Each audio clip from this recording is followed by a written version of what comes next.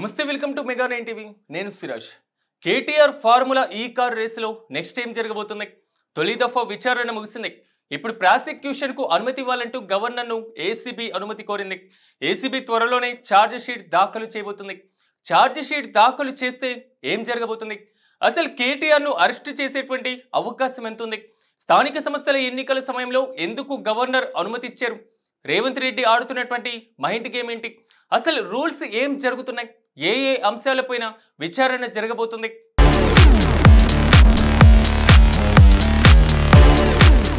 Formula ఈ car racing పైన BRS హయాంలో అంటే 2022 అక్టోబర్ 25న ఒప్పందం కుదిరింది ఫార్ములా ఈ ఆపరేషన్ ఎస్ నెక్స్ట్ జెన్ పురపాలక శాఖల ఒప్పందం కుదుర్చుకున్నాయి 9, 10, 11, 12వ సీజన్స్ కార్ రేసులు హైదరాబాద్లో నిర్వహించేలా ఒప్పందం కుదిరింది 2023 ఫిబ్రవరి 10, 11 తేదీలో నెక్లెస్ రోడ్లో 9వ సీజన్ రేసింగ్ నిర్వహించారు తదుపరి ఏడాది 10వ సీజన్ నుంచి ఎస్ నెక్స్ట్ అకస్మాత్తుగా తప్పుకుంది దాంతో ప్రమోటర్గా హైదరాబాద్ మెట్రో డెవలప్మెంట్ అథారిటీని పోషించాలని అప్పటి పురపాలక శాఖ మంత్రి కేటీఆర్ ఆదేశించారు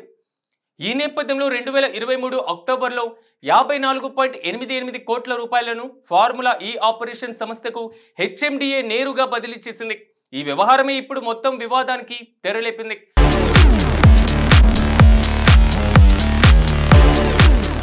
హెచ్ఎండిఏ బోర్డు ఆర్థిక శాఖ ఆర్బీఐ అనుమతి లేకుండానే ఈ చెల్లింపులు జరిగాయి వీటిలో 46 కోట్ల రూపాయల వరకు డాలర్ల రూపంలో చెల్లించారనేది ప్రధాన అభియోగం ఈ మేరకు ఏసీబీ విచారణ జరిపింది ఈ చెల్లింపులపైన ప్రభుత్వ ఆదేశాల మేరకు ఏసీబీ గత ఏడాది డిసెంబర్లో విచారణ ప్రారంభించింది అసలు రేసింగ్లో అవకతవకలపైన ఏసీబీ కేసు నమోదు చేసింది ఇందులో A1గా అప్పటి మున్సిపల్ శాఖ మంత్రి ఇప్పుడు బీఆర్ఎస్ వర్కింగ్ ప్రెసిడెంట్ కేటీఆర్ A2గా ఐఏఎస్ అధికారి అరవింద్ కుమార్ ఇక A3గా HMDA chief engineer BLN Reddy పేర్లను చేర్చింది ఈ కేసులో మొదట్లో కీలకంగా ఉన్నటువంటి ఎస్ నెక్స్ట్ జెన్ సంస్థ ప్రతినిధులను ఏసీబీ జనవరిలో విచారించింది ఎస్ నెక్స్ట్ జెన్ సంస్థ డైరెక్టర్ అనిల్ను దర్యాప్తు అధికారులు సుమారు 2.5 గంటల పాటు విచారించారు ఈ కేసులో ఎస్ నెక్స్ట్ జెన్ సంస్థనే రేసు నిర్వహించాల్సి ఉండగా కార్ రేస్కు సంబంధించినటువంటి అనుమతులు పొందేందుకు సమర్పించినటువంటి పత్రాలు బ్యాంకు ఖాతాలకు సంబంధించిన వివరాల గురించి ఏసీబీ అధికారులు ప్రశ్నించారు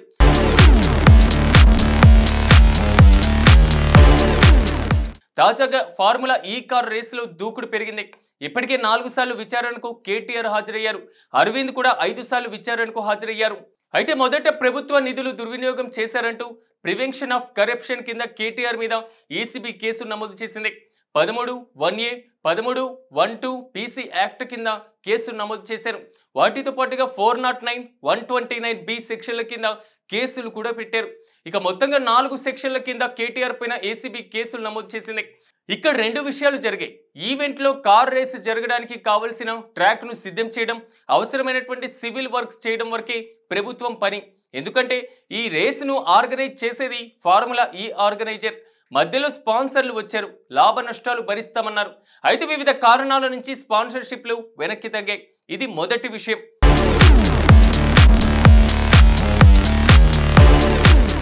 ఇక రెండో విషయం ఏంటంటే స్పాన్సర్స్ వెనక్కి తగ్గడంతో ఆ బాధ్యతను ప్రభుత్వం తీసుకుంది ఇక్కడ అస్సలు కథ మొదలైంది ప్రభుత్వమే స్పాన్సర్షిప్ ను నెత్తిన వేసుకోవడం ఏంటనేది ఏసీబీ వేస్తున్నటువంటి మొదటి ప్రశ్న ఇక్కడ స్పాన్సర్షిప్ గా ఉండడం అంటే అర్థం మధ్యలో వెళ్ళిపోయినటువంటి స్పాన్సర్లు చెల్లించాల్సినటువంటి 46 కోట్ల రూపాయలను అప్పటి బీఆర్ఎస్ ప్రభుత్వం కట్టడం అన్నమాట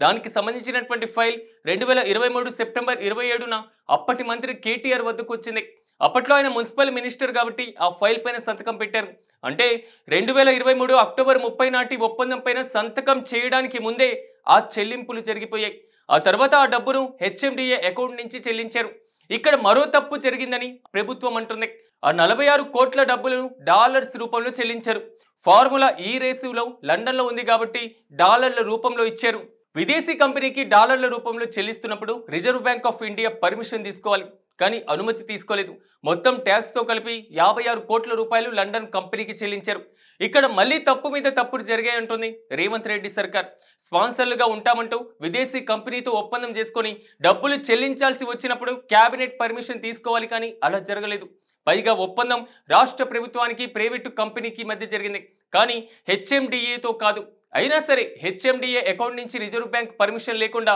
డాలర్ల రూపంలో చెల్లింపులు చేశారు. చివరికి ఈ చెల్లింపులపైన ప్రభుత్వం జీవో కూడా లేదు. అందులోనూ అప్పుడు ఎలక్షన్ కోడ్ ఉంది, అమల్లో కూడా వచ్చేసింది. ఇక్కడ బిజినెస్ రూల్స్ ఉల్లంఘించడం, క్యాబినెట్ పర్మిషన్ తీసుకోకపోవడం, ఒప్పందాలు అమల్లోకి రాకముందే ఆర్థిక శాఖ అనుమతి లేకుండా 2 విడతల్లో డబ్బులు ఇలా ఏ రకంగా చూసుకున్నా అన్నిట్లో నిబంధనలు అతిక్రమించారనేది ఏసీబీ చేస్తున్నటువంటి ఆరోపణ.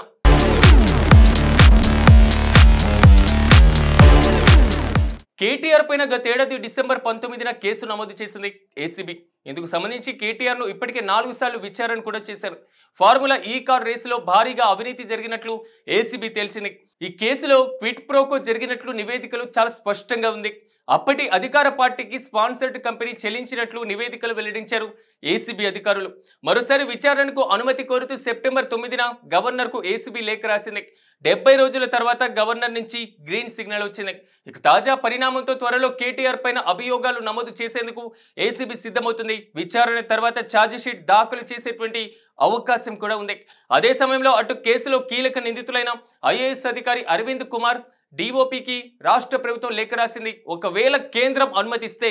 ఆయన పైన కూడా ఏసీబీ అభియోగాలు నమోదు చేసేందుకు సిద్ధమైపోతుంది. ఇక నెక్స్ట్ చట్టపరమైనటువంటి ప్రక్రియలో భాగంగా కేటీఆర్ అరెస్ట్ అయ్యేటువంటి అవకాశం ఉందా అనేటువంటి చర్చ రాజకీయ న్యాయ వర్గాల్లో కొనసాగుతుంది. అయితే అరెస్ట్ అనేది దర్యాప్తు సంస్థల నిర్ణయం మరియు న్యాయపరమైనటువంటి అంశాలపైన ఆధారపడి ఉంటుంది. ఈ కేసులో ఇప్పటికే ఎన్ఫోర్స్మెంట్ డైరెక్టరేట్ కూడా విచారణ జరుపుతుంది. ఏసీబీ ఛార్జిషీట్ దాఖలు చేసిన తర్వాత ఈడీ కూడా దాని వివరాలు పరిశీలించి తదుపరి చర్యలు తీసుకునేటువంటి అవకాశాలు చాలా స్పష్టంగా ఉన్నాయి. అయితే స్పష్టమైనటువంటి ఆధారాలు ఉంటే తప్ప అరెస్టుకు సాధ్యం కాదని పలువురు విశ్లేషకులు అంటున్నారు. ఇది కేవలం మానసికంగా బీఆర్ఎస్ పార్టీని దెబ్బతీసేందుకు కాంగ్రెస్ సర్కార్ ఈ విధంగా చేస్తుందని కూడా వారు చెప్తున్నారు. లేకపోతే ఇన్ని రోజుల తర్వాత ఎందుకు గవర్నర్ అనుమతి ఇచ్చారని కూడా అంటున్నారు. ఏ రకంగా చూసుకున్నా కూడా కేటీఆర్ అరెస్టుకు అవకాశాలు చాలా తక్కువగానే ఉన్నాయనేది స్పష్టమవుతుంది. ఇదంతా కూడా రానున్న స్థానిక సంస్థల ఎన్నికల్లో బీఆర్ఎస్ పార్టీ నాయకులను ఫోకస్ను తప్పించుకేందుకు చేస్తున్నటువంటి పని అని ఆ పార్టీ నాయకులే ఆగ్రహం వ్యక్తం చేస్తున్నారు.